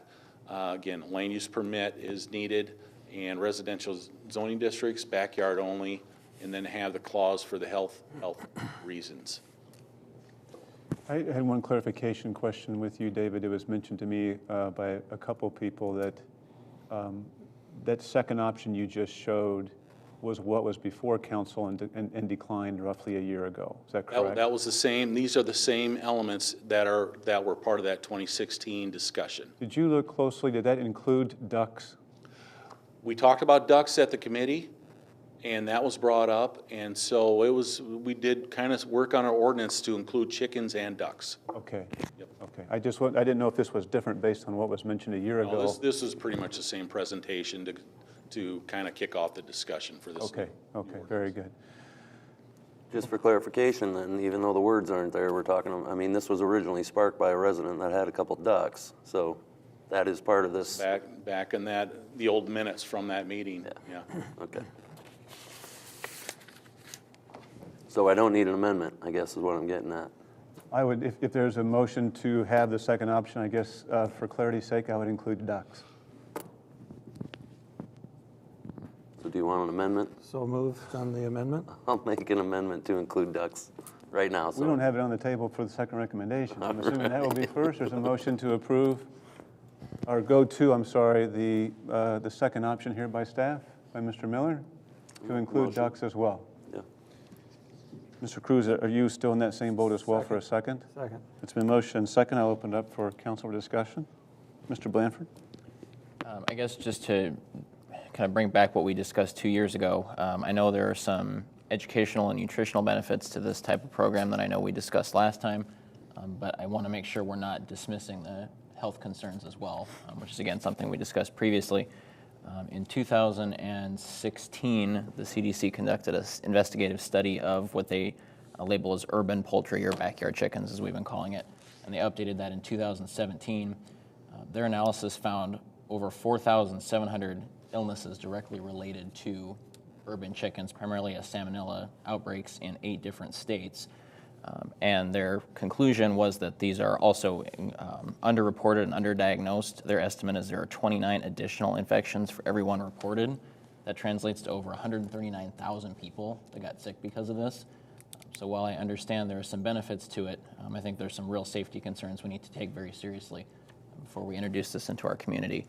A lot of these outbreaks were directly translated to people who had them on their property and then were not properly handling them, and then would go to their jobs at restaurants, daycares, nursing homes, and then infect other people as well. So I think we need to be very cognizant of that before we move forward. Mr. Mayor? Yes. I can appreciate the concern, Tom. I looked up that CDC data today myself, and I thought the updated numbers from 2017 were 1,100 cases of it. In the fine print, largely, those all came from mass production of chickens. So not necessarily backyard chicken. So this particular study was exclusively urbans. It was not agribusiness of any kind, which was separately regulated by the USDA. I didn't see that. I appreciate the concern. I guess from my standpoint, people have been raising chickens for years. I want to be cognizant of that as well, but there's concern for salmonella with dogs, with cats, with any animal with fecal matter. So, and I think we figured out how to manage that. I believe people can figure that out here too. So, Mr. Cruz? Along that lines, excuse me, I did a little research myself on the salmonella concerns, and what was stated for pets, turtles, iguanas, lizards, snakes, frogs, and salamanders have a higher risk of salmonella through handling.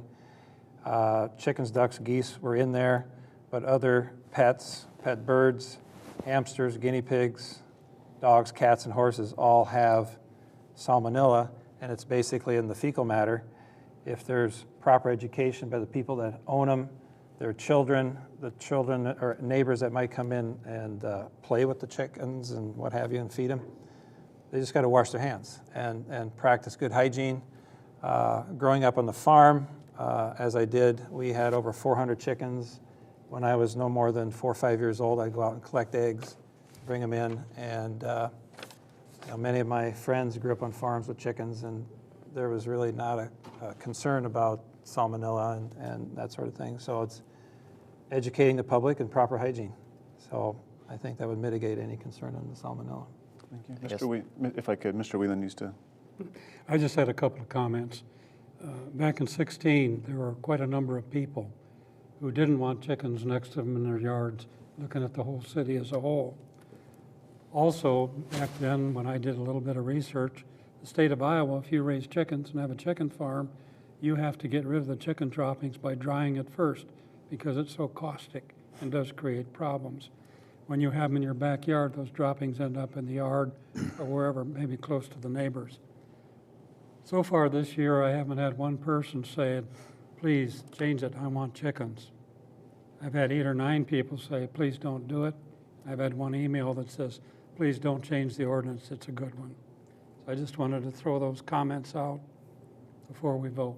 Thank you. Go ahead, Mr. Blanford. I think to Councilmember Cruz's point, the CDC's report does reference education of the public. And one of the things that they highlight is who's going to take over that education, who's going to provide the materials, the training, some of the communities that they talked about and that Mr. Sturch mentioned as far as inspections and review of the sites. And I don't know that we have the expertise or the facilities to be doing that, to be able to say, yes, the public is appropriately educated, not only the property owner, but the neighbors. I just don't know that we can deliver on that. Mr. Boer. I wanted to just point out 2 things that when we talked about this last year, just as Dave Whelan said, we heard heavily from the public that they did not want this. And I wanted to remind the council that the majority of people had asked us to please not have this. and it is our job to listen to the people. The second thing I wanted to remind everyone is, while this is one item, ducks and chickens, the next one might be goats, pigs, sheep, llama, and I think if we're going to be prepared to allow for the chicken and ducks, we need to also consider whether we want to also talk about all the other different animals that are currently not allowed. Mr. Mayor? Yes. I don't buy this slippery slope argument when it says if you allow one animal, you're going to have to allow many others. I mean, I personally, when the ordinance comes forward, I'd be against ducks because I just don't know enough about the duck side. The information I've had and I've been able to do research on is on backyard hens. So I would be in favor of that. I think it's also really important to note for this Centers of Disease Control study, certainly they've talked about outbreaks and issues with handling and touching, and as pets, kissing chickens is a major problem, and you should not do that. But the CDC did not recommend stopping the practice, and I think that's incredibly important. And a study from 2015 that I looked at, research report, the researchers looked at 150 of the most populous cities in the United States. 93% allowed some sort of urban poultry. So I certainly wouldn't endorse Cedar or Des Moines' approach of 30 chickens is what they allow. They also allow roosters. To me, that's crazy. I don't see how you would be able to allow that in an urban setting. But 3, I had the opportunity this weekend to go to a house that was grandfathered in, or I guess grandmothered in with their hens. They have 11, and can you imagine what the smell would be from something like that? 0. There was 0 smell. And for concerns, like I get that if you don't take care of your animal properly, you're going to have problems, and that's true for any animal. So for chickens, if there's a smell issue, we have ordinances to deal with that. If there's a noise issue, we have ordinances to deal with that. I certainly wouldn't do it myself, of raising chickens in my backyard, but I don't want to deprive other people of that opportunity when we have the option to try. So I would be in favor of it moving forward. Mr. Miller? If I may, to Councilwoman DeBurr's point, I guess some of that depends on your lens, in my opinion. I was looking back through all the emails I got in 2016 in favor of this, and by and large, people were supportive. So, what we have, folks, is a motion second to have staff move toward an ordinance towards the recommendation. So there is plenty of opportunity for folks to discuss and to comment on through the process. Rosemary, do you have a couple minutes worth of chicken discussion? Okay.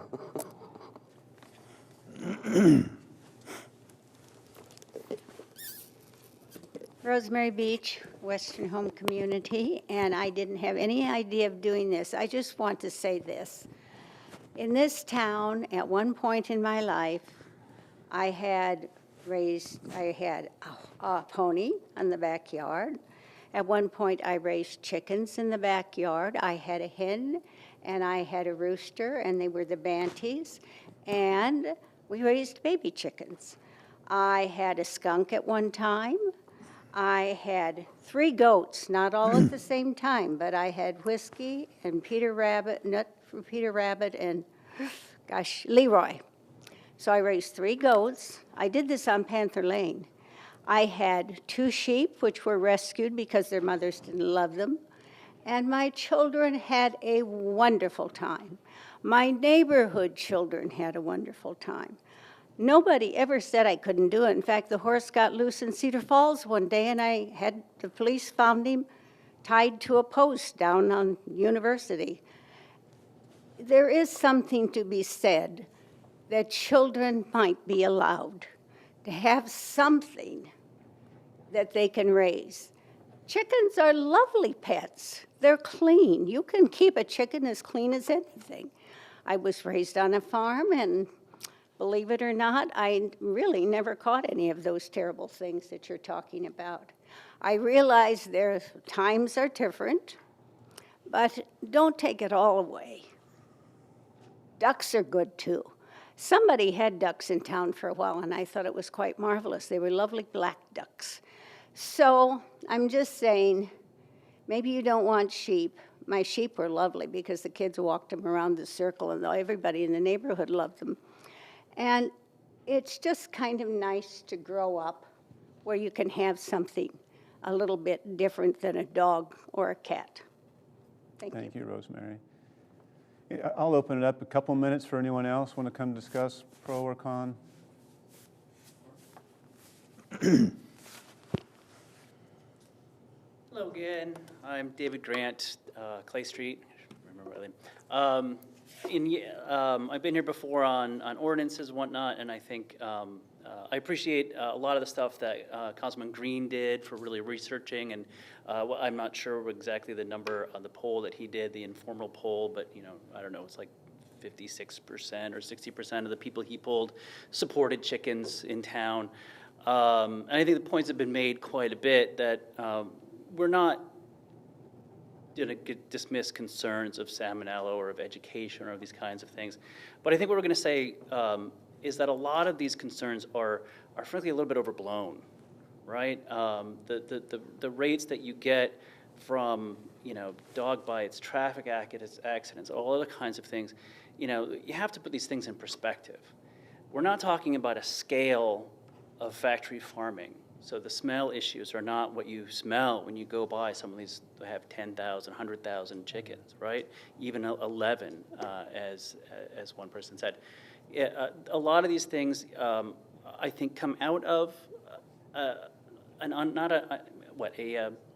not understanding what's really being talked about. And so let's get to the facts. Let's get down and get beyond the fear, and let's support some reasonable measure.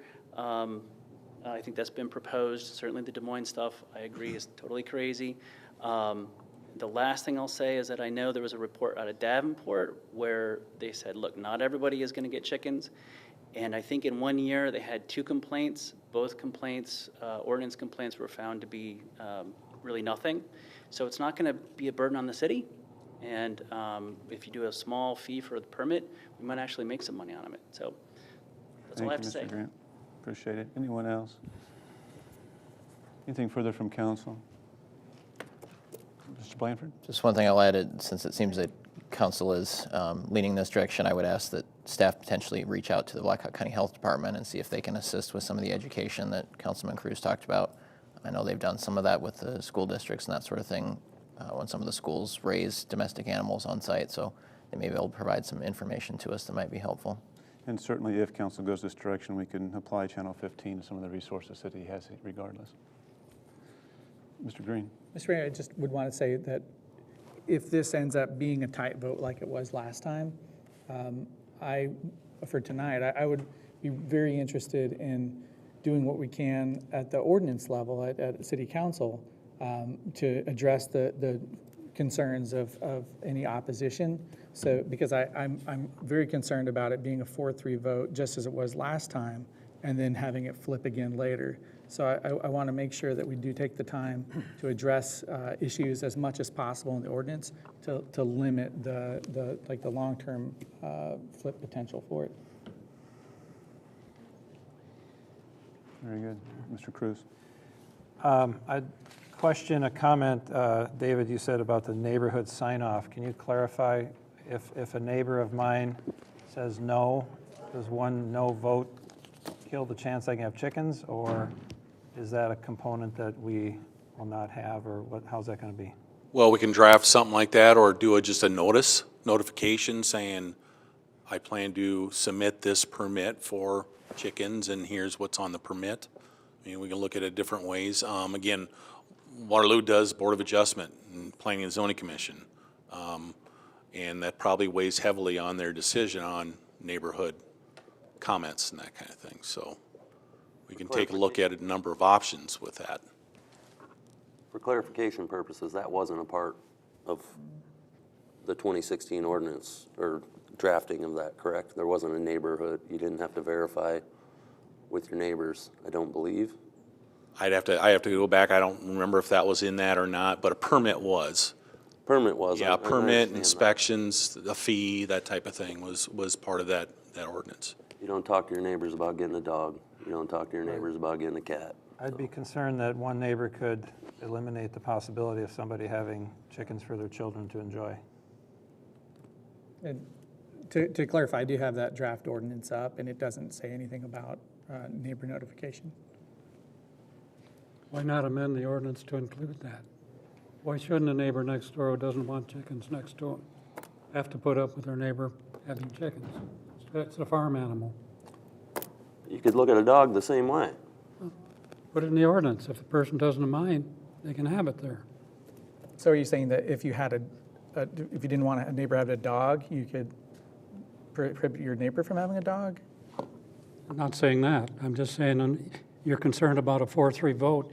You want to listen to the neighbors. If the neighbor says, I want to have a voice, and whether there are chickens next to me, if you believe in not wanting a 4-3 vote, you put that in the ordinance. I considered that, and I know some other cities do that, but I think that would be a kind of a step backward for, to Councilor Miller's point. You don't ask a neighbor to have a dog. You don't have to ask for permission to change your house from a homeowner occupied to a rental. So I believe that we would use the ordinances in place to safeguard our neighbors around us. And it's very possible that you may not know that your neighbor has a chicken. Am I correct? If you have a dog, you don't have to go through all these steps in order to tell the city you have a dog.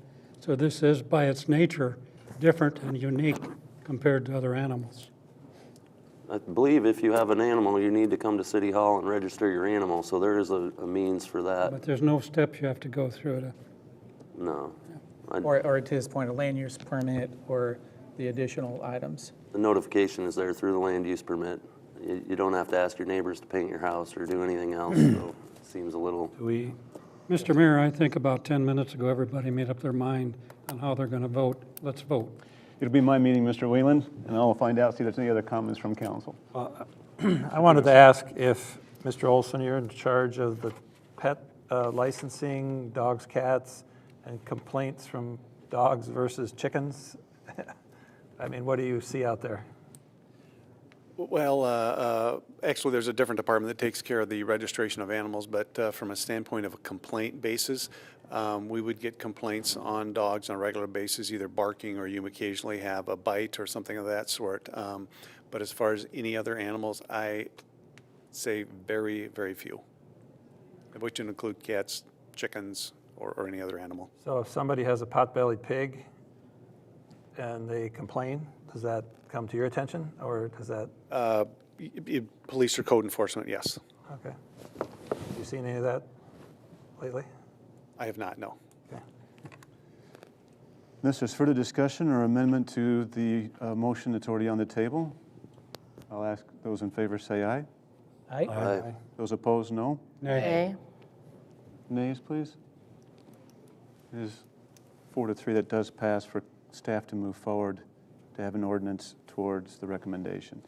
Moving on to the final item this evening, is there a motion for bills and payroll? So moved. Second. Motion second, all in favor say aye. Aye. Opposed, nay. Motion carries. That concludes this evening's Committee of the Whole meeting. With council's permission, can we start at 10 after? There's some things we need to do as far as some items for the regular council meeting. So we'll start at 7:10 for the regular city council meeting. Thank you. Take 5.